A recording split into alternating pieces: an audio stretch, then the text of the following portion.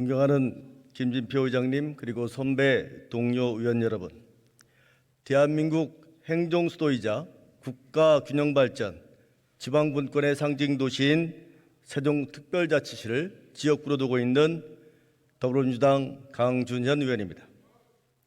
저는 오늘 국회 세종의사당의 신속한 설치를 위한 국회규칙 제정의 필요성을 말씀드리고자 이 자리에 섰습니다.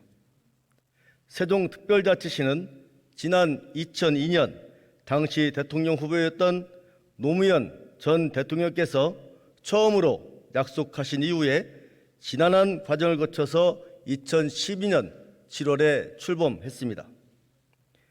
출범 당시 인구 10만 명에서 올해 5월 기준 38만 3천 명으로 크게 증가했고, 출산율은 1.12명으로 전국 1위고, 평균 연령은 38.3세로 전국에서 가장 젊은 도시입니다. 또한 47개 중앙행정기관과 16개 국책연구기관이 위치해 있는 등 행정수도로서의 위상과 면모를 갖추어 나가고 있습니다. 세종특별자치시가 대한민국 행정수도로의 기능을 완성하기 위한 핵심적 사업은 국회 세종의사당의 설치입니다.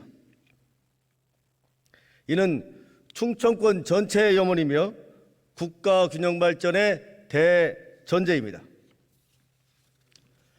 국회 세종의사당 설치는 세종에 국회 건물을 세우는 그런 단순한 내용이 아닙니다.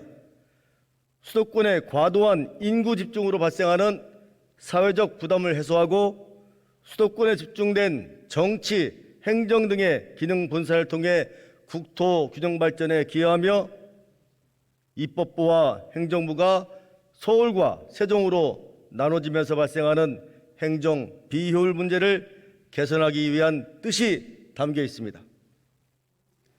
이러한 공감을 바탕으로 19대 국회부터 지속적으로 법률 개정이 추진되었던 사항이며, 지난 2021년 9월에 국회 세종의사당 설치를 위한 국회법이 본회의에서 통과됐습니다.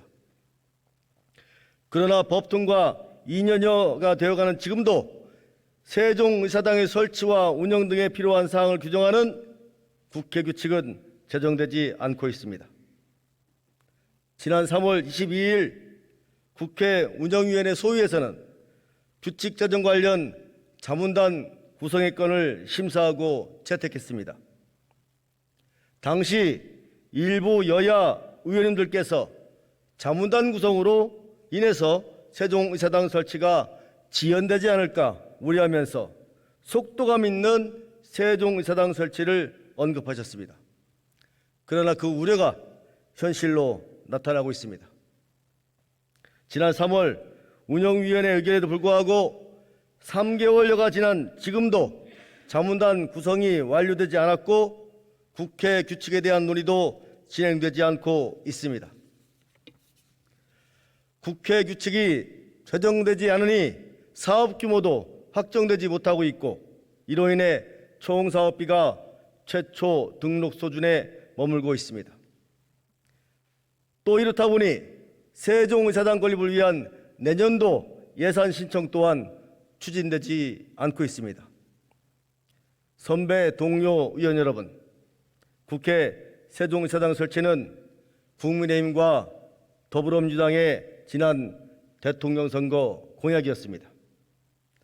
따라서 국회 세종의사당 설치는 당리당략을 떠나 여야가 초당적으로 논의해야 할 중대한 과업이자 국민 앞에 약속한 숙제입니다. 이제 시간이 얼마 안 남았습니다. 21대 국회 마지막 정기회는 불과 2달여를 앞두고 있습니다.